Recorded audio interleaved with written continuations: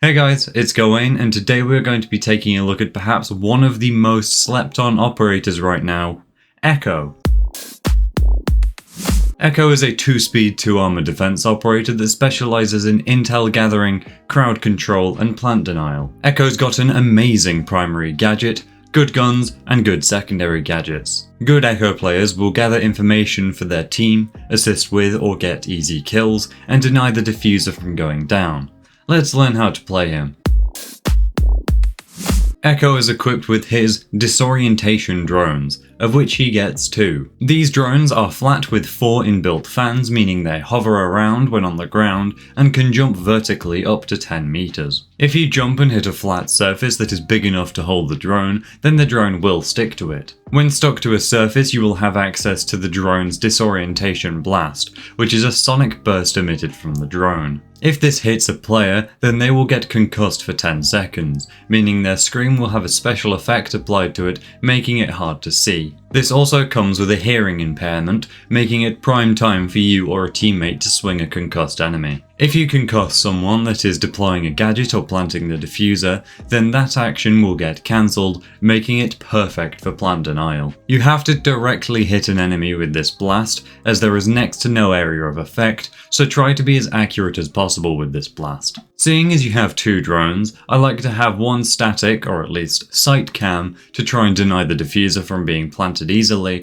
and one active cam to scout out enemies for my team. This static or pre-placed cam is important because you don't want both drones off site when the diffuser is going down, so that your drones don't get shot when coming back into the site to deny the plant. They also may not have time to get to site to deny plant, so make sure you keep one cam either overlooking or at least near to where the most common plant spot is on that site. As for the active cam, make sure to keep moving it around, droning out rooms and calling for your team like you would when droning on attack. The only difference here is that you can hide your drones in the ceiling to concuss enemies that walk by for your teammates to swing on and get a free pick from. Make sure to check around where you're hiding every now and then so you don't get snuck up on. One strat I like to do is hide off-site in a room an enemy may push from, have a drone overlooking myself and concuss and swing the enemy that enters the room. My other drone would be on site, of course. You can also take your drones outside for a maximum of 10 seconds before the connection gets lost.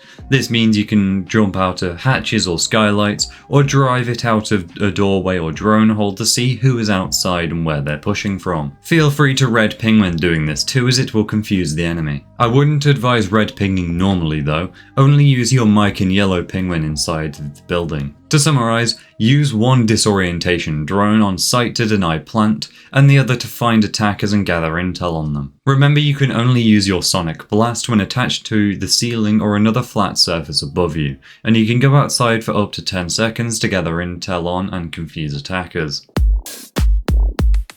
Echo's primary weapon options are the MP5 SD submachine gun and the Supernova shotgun. His secondary weapon options are the P229 handgun and the Bearing 9 machine pistol. I personally go with the MP5 SD paired with the Bearing 9. The MP5 SD is an internally suppressed version of the MP5, so it's got a decent fire rate yet somehow more damage than the regular MP5. It's got relatively low recoil, but you can only attach foregrips to reduce it further, as barrel attachments aren't an option due to the internal suppression. You have access to every scope up to the 1.5x2, making this gun easy to use long range as well. I like the MP5 SD because it suits Echo well, as you can spray disoriented enemies down without them or their teammates knowing where from. As for the Supernova, it's a decent shotgun that can have a suppressor attached to it and can be good for site setup if you need that. I'd only use it on close quarters maps like Oregon or Favela when that comes back into the ranked map rotation though. If you are going to use it, I'd definitely take the Bearing 9. Speaking of which, it's a good secondary weapon as it's full auto with relatively easy to control recoil and all of the one-time scopes. It's good if you run out of ammo in the MP5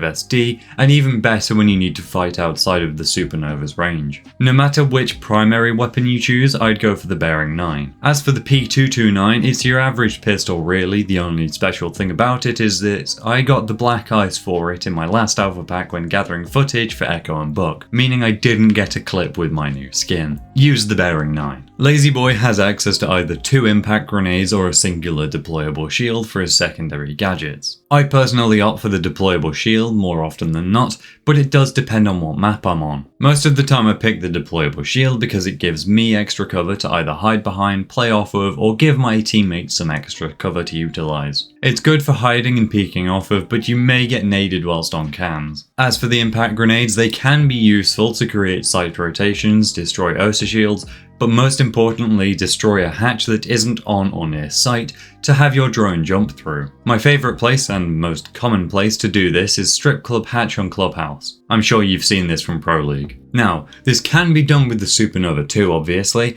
but if you prefer the MP5SD like me, then impacts are the way to go for this strat. It's up to you for secondary gadgets, they can both suit Echo quite well.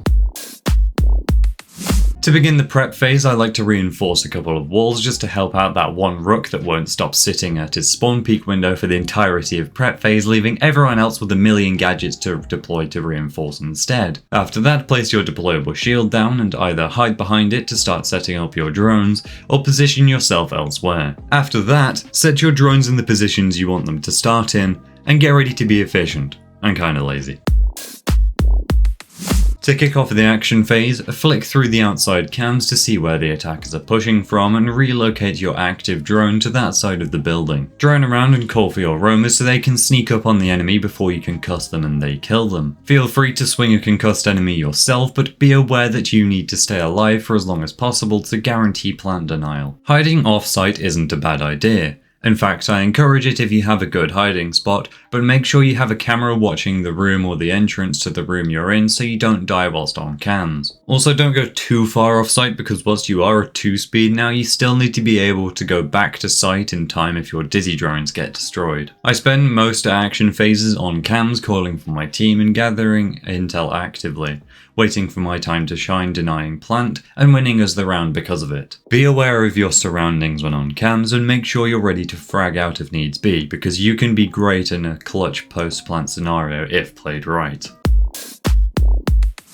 Echo has a few counters: IQ, Twitch, Zero, EMPs, Flores, Dokeby, frag grenades, and bullets. IQ is the main one as she'll be able to detect your sneaky drones easily through her scanner. There isn't a lot you can do about this other than moving your drones around frequently and killing her before she can kill your drones. Twitch and Zero both have cameras with lasers that can destroy your drones, so again keep moving them about and try to shoot their cams out if you see any. EMPs can disable your drones and cause them to drop to the floor. They will only be EMP'd if you have a cam near a hard wall, so try to steer clear from placing your drones on main breaches and you should be good. Flores and frag grenades will come your way if you're hiding behind a deployable shield or you get droned out. Try to shoot Flores drones before they get to you, but other than that, be aware of if you're about to get exploded or not. Dokeby can use her call to kick you off your cam so you are unable to deny plant. There isn't much you can do about this, especially if the Dokeby is still outside of the map. The best thing you can do is hop off your cam and stop your phone from ringing as fast as possible. And no, I definitely didn't forget about Dokeby as a counter until editing this video. Finally, one bullet from anything can destroy your drone, so keep them as hidden as possible and try not to drive them by any attackers if you can help it.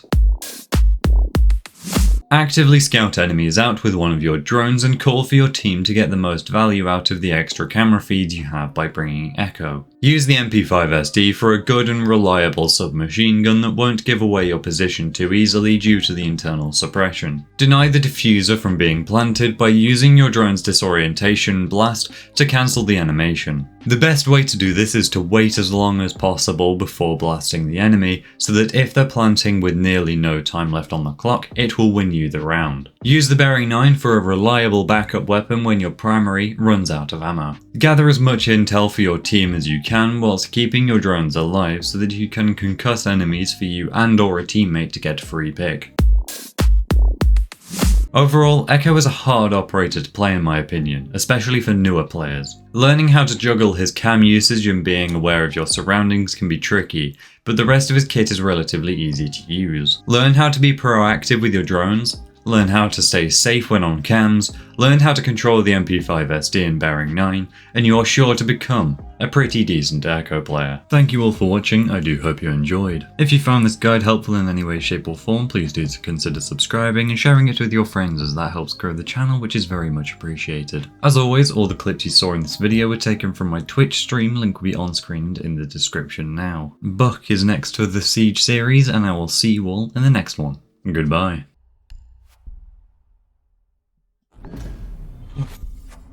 Oh my lord, it's a black eyes. The P229. Hell yeah.